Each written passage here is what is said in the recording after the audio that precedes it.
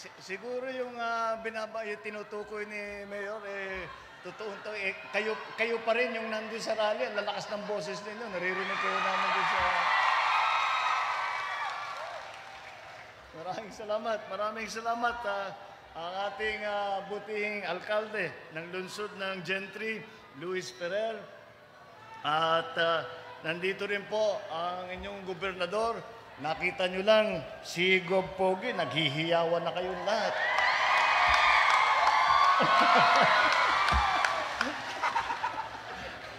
Kaya naman pala.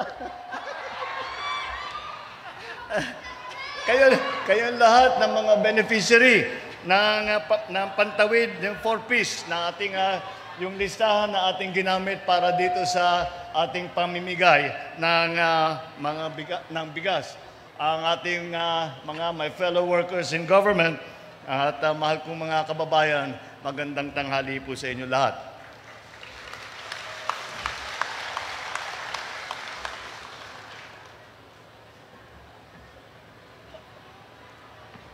Bilang Pangulo at bilang kalihim ng kagawaran ng agrikultura, nais kong bigyan diin ang aming hangarin na mas masaganang buhay.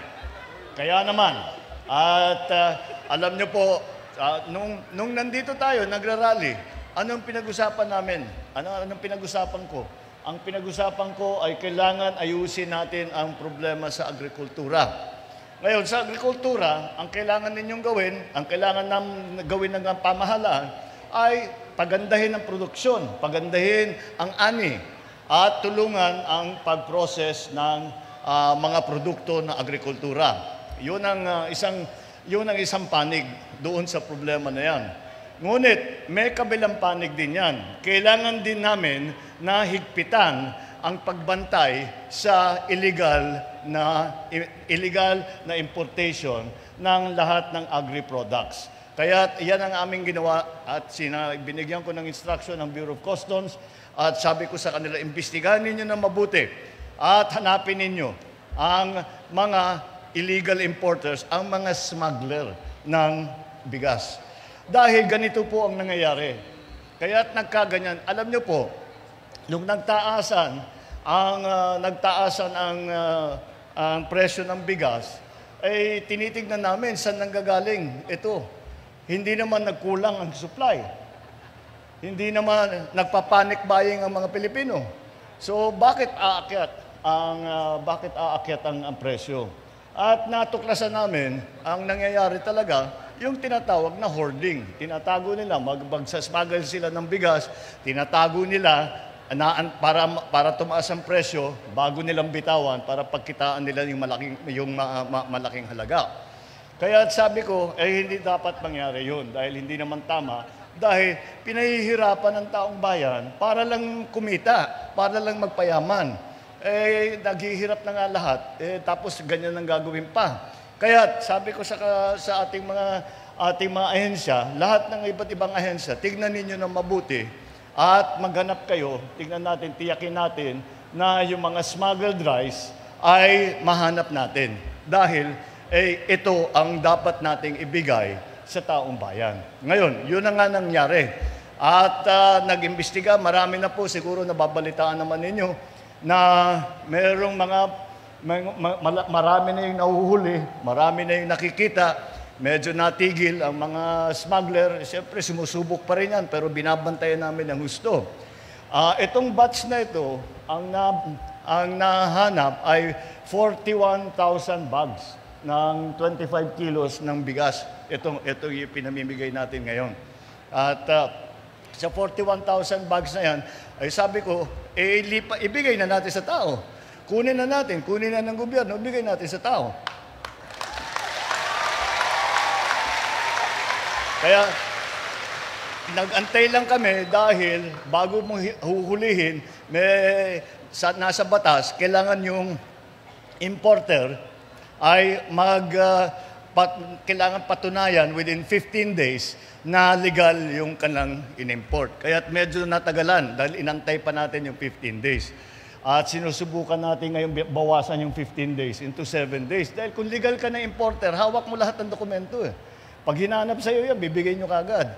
So bakit pa 15 days? Para, sabi ko, baka kung anong mangyari dyan, um, mailulusot pa nila yan. Kaya sabi ko, gawin natin ang lahat para makuha na ng pamahalaan, makuha na ng Bureau of Customs. Ang Bureau of Customs naman ay ginawang yung nakuha na bigas na ito ay binigay na donasyon sa DSWD.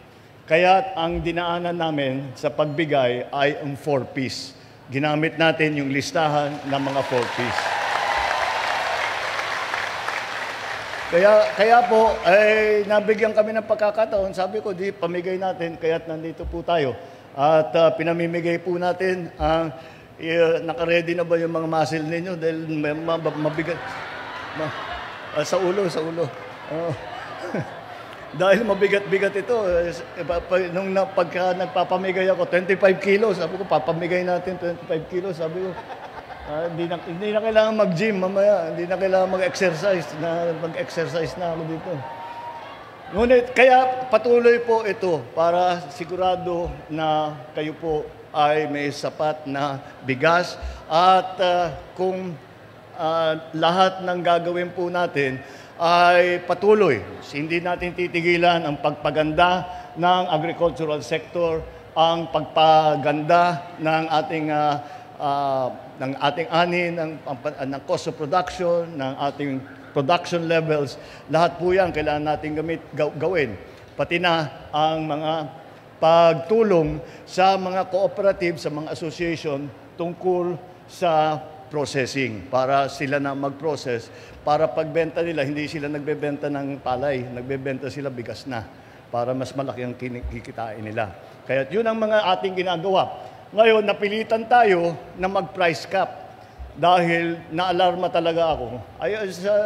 Kung ako lang, ayokong pakialaman ang merkado. Ngunit, hindi naman tama ang takbo ng merkado dahil kinakalikot nga ng mga hoarder at saka ng mga smuggler.